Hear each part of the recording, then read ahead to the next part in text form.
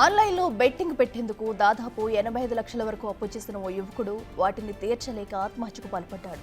ఈ విషాద ఘటన కామారెడ్డి జిల్లాలోని దేవునిపల్లి గ్రామంలో జరిగింది. హైదరాబాద్లో సాఫ్ట్వేర్ ఉద్యోగం చేస్తున్న సంజయ్ అనే యువకుడు ఆన్లైన్ గేమ్స్లో బెట్టింగ్ పెడుతుండేవాడు.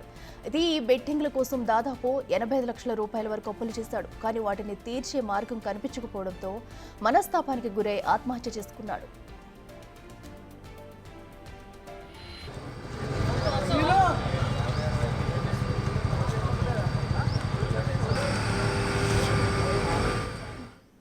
ఇదే అంశానికి సంబంధించి మరింత సమాచారం మా ప్రతినిధి రాజేష్ అందిస్తారు. రాజేష్, చెప్పండి, మరి కామారెడ్డిలో అయితే ఒక యువకుడు ఆన్లైన్ బెట్టింగ్స్ యాప్స్కి పాల్పడి కూడా సుమారుగా 85 లక్షలు అప్పు చేసి మృతి చెందిన ఘటన అయితే మనం చూస్తున్నాం. అసలు ఏం జరిగింది, డీటెయిల్స్ ఏంటి? ఉన్నతమైన చదువులు చదివించిన తల్లిదండ్రులని మోసం చేస్తూ, అలాగే చదివిన చదువుకి మంచి ఉద్యోగం సంపాదించేందుకు హైదరాబాద్కి వెళ్లి సాఫ్ట్వేర్ ఉద్యోగాలు చేస్తున్న యువత అంతా కూడా ఇప్పుడు ఆన్లైన్ బెట్టింగ్ ద్వారా వాళ్ళ జీవితాన్ని భగ్నం చేసుకుంటుందని చెప్పుకోవచ్చు. ఈ నేపథ్యంలోనే కామారెడ్డి జిల్లాలో ఇలాంటి ఘటన చోటు చేసుకుంది. కామారెడ్డి జిల్లాకు సంబంధించిన జిల్లాలో ఆన్లైన్ లో బెట్టింగ్ పెట్టేందుకు సుమారు 85 లక్షల రూపాయలు అప్పు చేశాడు.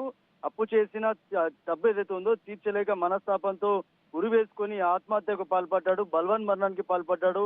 ఈ సంఘటన కామారెడ్డి జిల్లా మున్సిపాలిటీ పరిధిలోని దేవునిపల్లి గ్రామంలో చోటు చేసుకుంది.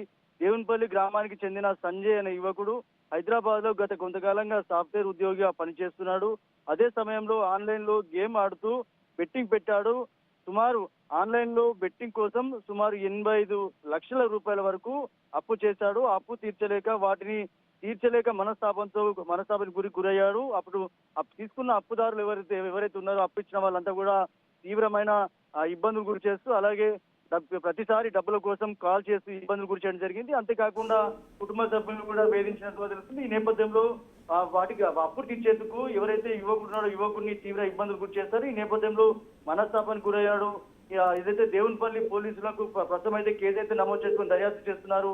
అప్పు తీర్చలేక సుమారు 85 లక్షల రూపాయలు ఆన్లైన్ లో బెట్టింగ్ ఆడాడు. అప్పు తీర్చలేక ఆత్మహత్య చేసుకున్నాడు. దీనికి సంబంధించి కూడా ఇప్పటికే కుటుంబ సభ్యుల నుంచి రిటర్న్ లో లెటర్ రాసుకున్నారు, కంప్లైంట్ తీసుకున్నారు, అలాగే కేసు నమోదు చేసుకుని దర్యాప్తు చేస్తున్నారు. ఎక్కడి నుంచి ఫోన్లు వచ్చాయి, ఆ ఫోన్ల ద్వారా ఎలాంటి ఇబ్బందులు గురైన నేపథ్యంలో ఎలాంటి టార్చర్ అనుభవించాడు, ఈ నేపథ్యంలో ఏదైతే 85 లక్షల రూపాయలు ఎక్కడెక్కడ అప్పు తీసుకున్నాడనే కోణంలో పోలీసులు అయితే విచారణ చేస్తున్నారు.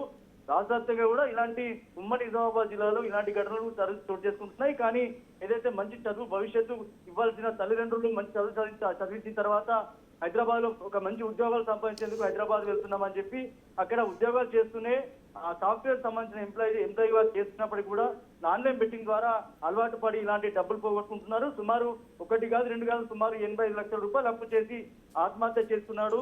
దీంతో కుటుంబంలో తీవ్ర విషాదాలు అనుకున్నాయి. కుటుంబ సభ్యులు కూడా తీవ్రంగా ఇబ్బంది పడుతున్నారు. ఇలాంటి చేతికట్టిన కొడుకు చనిపోవడంతో తల్లిదండ్రులు అయితే తీవ్ర ఇబ్బందులు పడుతున్నారని చెప్పుకోవచ్చు. పోలీసులు అయితే ప్రస్తుతం కేసు అయితే నమోదు చేసుకుని దర్యాప్తు చేస్తున్నారు. అక్కడ రైట్ రాజేష్, థ్యాంక్ యూ.